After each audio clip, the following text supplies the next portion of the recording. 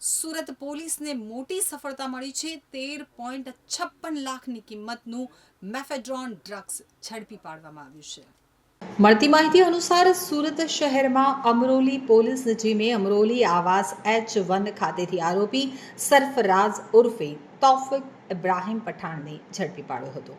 પોલીસે 13,56,600 રૂપિયાની કિંમતનું 135.66 ગ્રામ મેફેડ્રોન ડ્રગ્સ, 2,06,400 રોકડા રૂપિયા, એક વજન કાંટી અને 2 મોબાઈલ ફોન સહિત કુલ રૂપિયા 15,73,100 રૂપિયાનો મુદ્દામાલ જપ્ત કર્યો હતો।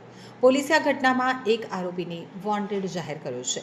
આ અંગે ડીસીપી રાકેશ બારોટે જણાવ્યું હતું કે આરોપી સરફરાઝ ઉર્ફે તૌફિક ઇબ્રાહિમ પઠાણ કેબલ ઓપરેટિંગનું કામ કરે છે। આ ગુનામાં બીજો એક આરોપી જે વોન્ટેડ દર્શાવ્યો છે, જેમાં અસલમ ઉર્ફે સર્કિટ યાકુબ પટેલ કરીને છે, જે પણ કોસાડ આવાસમાં રહે છે।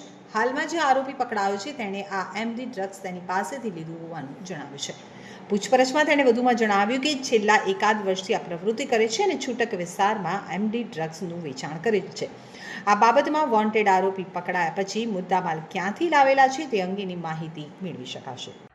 માન્ય ગૃહ રાજ્યમંત્રી શ્રી તથા પોલીસ કમિશનર શ્રી સુરત શહેર દ્વારા no drugs in Surat city અભિયાન અંતર્ગત પોસ્ટે વિસ્તારમાં એનડીપીએસની કોઈ પ્રવૃત્તિ ચાલતી હોય તો શોધી કાઢવા માટે સૂચના આપેલી હતી।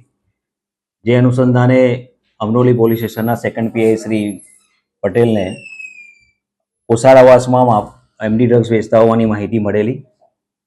જે આધારે તેમણે તથા પીઆઈ શ્રી વનારે રેડ કરતા આરોપી સરફરાઝ ઉર્ફે તૌફિક ઇબ્રાહિમ એની પાસેથી 135.66 ગ્રામ જેવું એમડી ડ્રગ્સ મળી આવેલું હતું, જે એની પાસેથી કબજે લેવામાં આવેલી છે।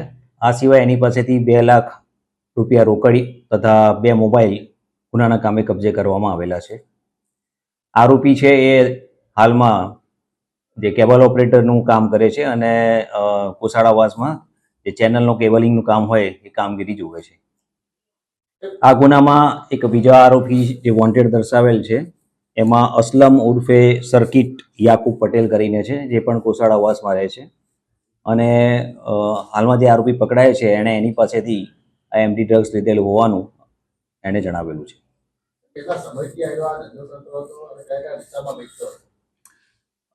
હાલમાં પૂછપરછ દરમિયાન એણે જણાવેલું છે કે છેલ્લા એકાદ વર્ષથી આ પ્રવૃત્તિ કરે છે અને છૂટક વિસ્તારમાં એ એમડી ડ્રગ્સ વેચાણ કરેલે છે।